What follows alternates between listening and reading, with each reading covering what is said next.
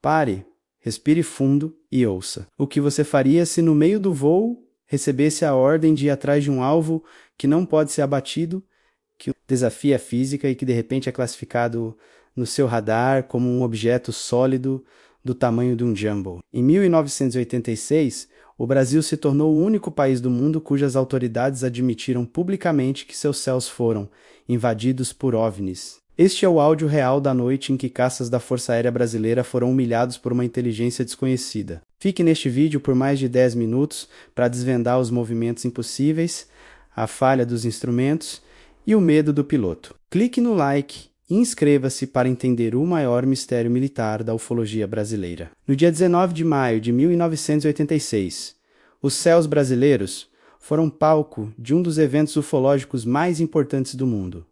A noite oficial dos OVNIs. Cerca de 21 UFOs invadiram o espaço aéreo, tumultuando e interrompendo o tráfego aéreo. Os fenômenos daquelas poucas horas frenéticas ainda não foram explicados. Várias estações de radares, incluindo aeroportos e o SINDAC que tem em Brasília, captaram os objetos. Diante da gravidade, a Força Aérea Brasileira mobilizou 3 caças Mirage e 2 F-5 e para a operação de interceptação. O que se seguiu foi uma demonstração de tecnologia que deixou os militares brasileiros perplexos e o mundo inteiro curioso. As gravações das comunicações que você vai ouvir revelam a tensão e o espanto dos pilotos diante do inexplicável. Essa noite mudou para sempre a forma como o Brasil lida com o fenômeno VNI, tornando-se um marco na ufologia mundial. A pergunta que fica é: o que eram aqueles objetos e por que escolheram os céus do Brasil para uma demonstração tão explícita de superioridade tecnológica? Tudo começou por volta das 19 horas. A primeira tripulação a registrar os contatos foi a do coronel Osiris Silva, então presidente da Petrobras, a bordo de um turbohélice Xingu, UCINDAC, e o Centro de Controle de Tráfego Aéreo questionou sobre a visualização de 3 alvos não identificados no radar. Osiris Silva, um piloto experiente, confirmou ter visto pontos luminosos de cor laranja avermelhada, com um brilho muito intenso. Ele relatou algo ainda mais estranho. As luzes apagavam e acendiam em lugares diferentes em questão de 10 a 15 segundos. Para ele, não havia dúvida. Ele deixou claro em seu depoimento posterior, as luzes tinham presenças reais, eram alvos primários no radar, alvos positivos, uma coisa concreta. Isso significa que não era uma ilusão de ótica ou um reflexo. O radar estava captando objetos físicos sólidos que não deveriam estar ali. Aquele foi o primeiro alerta de que algo muito incomum estava acontecendo nos céus de São Paulo e que a noite seria longa e cheia de surpresas para a Força Aérea Brasileira. Diante dos múltiplos plots, que são os pontos de radar inexplicáveis que surgiam e desapareciam, o Centro de Operações de Defesa Aeroespacial, o CODA, acionou os caças. A situação era grave. O primeiro a decolar às 10h10 da noite foi o tenente aviador Kleber Marinho, em um caça F-5, e sua ordem era clara: interceptação, mas sem agressividade, apenas verificação. Para aumentar as chances de sucesso e não ser detectado, por orientação do controle, o tenente Kleber desligou todos os equipamentos de bordo, como o radar e as luzes de navegação, mantendo apenas o rádio para a comunicação. Ao se aproximar da área indicada, ele descreveu o avistamento de uma luz muito forte que se realçava no litoral. Ele imediatamente questionou a defesa aérea sobre tráfego aéreo na região. E a resposta do controle foi arrepiante. Não existia aeronave alguma no local naquela hora. Nesse momento, a adrenalina tomou conta. O tenente Kleber, então, abriu a pós-combustão do seu F-5, quebrando a barreira do som, atingindo velocidade supersônica, e foi diretamente em direção àquela luz misteriosa que pairava no horizonte. Para confirmar a ameaça, o piloto tomou uma atitude extrema. Ele ligou o seu radar de bordo e o que ele viu na tela congelou o cockpit a uma distância de 8 a 12 milhas, o equivalente a 19 quilômetros.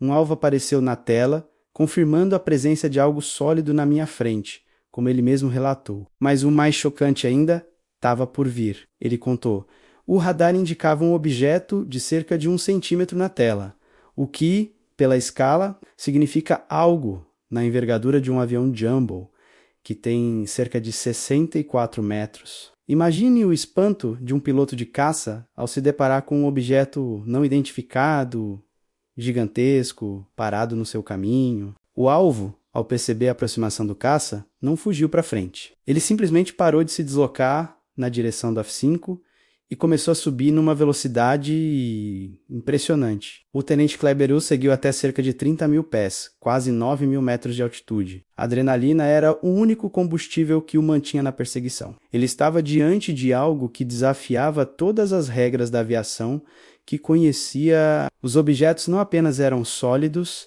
eles exibiam capacidades que desafiavam a física terrestre. Eles se movimentavam em altas velocidades, passando de 250 para 1.500 km por hora em frações de segundos.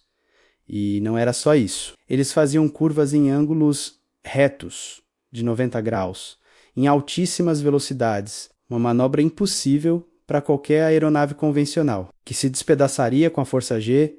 Houve relatos de um caça F-5 e sendo seguido por 13 OVNIs ao mesmo tempo. O capitão Rodolfo, em seu Mirage, percebeu que os contatos pareciam se deslocar, evitando a sua aeronave, como se brincassem de gato e rato. Um avião cargueiro da Varig reportou que um objeto se deslocou para a direita, atingindo uma velocidade incrível, algo acima de Mach 5, em uma fração de segundos. Além disso, os pilotos da Força Aérea Brasileira relataram falhas inexplicáveis em seus instrumentos. Os rádios de navegação ficaram fora de alcance as agulhas do ADF, que indicam a direção, deixaram de apontar o rumo, e o DMI, que mede a distância, indicou 30 milhas fichas. Sem qualquer razão para isso. Era como se uma força externa estivesse interferindo nos sistemas dos caças. A gravidade da situação obrigou o então ministro da Aeronáutica, o brigadeiro Otávio Júlio Moreira Lima, a convocar uma coletiva de imprensa. De forma inédita no mundo, ele admitiu a presença dos objetos e a operação da Força Aérea Brasileira. Ele foi categórico ao afirmar: radar só detecta superfícies sólidas ou berretos metálicos. Radar não tem ilusão de ótica. Ele estava confirmando que o que os pilotos viram e o que os radares captaram era real. E tem mais. Um documento da Força Aérea Brasileira desclassificado em 2013, assinado pelo brigadeiro do ar José Pessoa Cavalcante de Albuquerque, comandante interino do Cundabra na época, é taxativo em sua conclusão. O relatório diz: este comando é de parecer que os fenômenos são sólidos e refletem de certa forma inteligência, pela capacidade de acompanhar e manter distância dos observadores, como também voar informação. Essa confirmação de inteligência não era novidade. Ela remonta a investigações militares anteriores, como a famosa Operação Prato, de 1977, onde a equipe concluiu que os corpos luminosos eram inteligentemente dirigidos. O governo brasileiro estava admitindo que não só fomos visitados, mas que os visitantes eram inteligentes. A noite oficial dos OVNIs permanece um mistério até hoje. O que sobrevoava o território brasileiro naquela data provavelmente continuará indefinido por anos. A Força Aérea Brasileira não tinha ordem de disparo, mas sim de verificação, e o que eles verificaram foi além da compreensão. A forma clara e transparente como o brigadeiro Moreira Lima lidou com o caso o colocou na história da ufologia mundial, mas o silêncio que se seguiu mostra a dificuldade em aceitar o que está além da nossa compreensão. Se a confirmação oficial de que esses objetos são sólidos, inteligentes e que operam em velocidades acima de Mach 5 te chocou, você precisa compartilhar esta informação. As fitas de áudio existem, os documentos estão disponíveis no Arquivo Nacional, mas a verdade completa continua sob sigilo. Deixe nos comentários por que você acha que o Brasil admitiu essa invasão, mas nunca conseguiu explicá-la. Ative o sino e diante. Sei a nossa investigação sobre os limites do nosso espaço aéreo. Obrigado por assistir.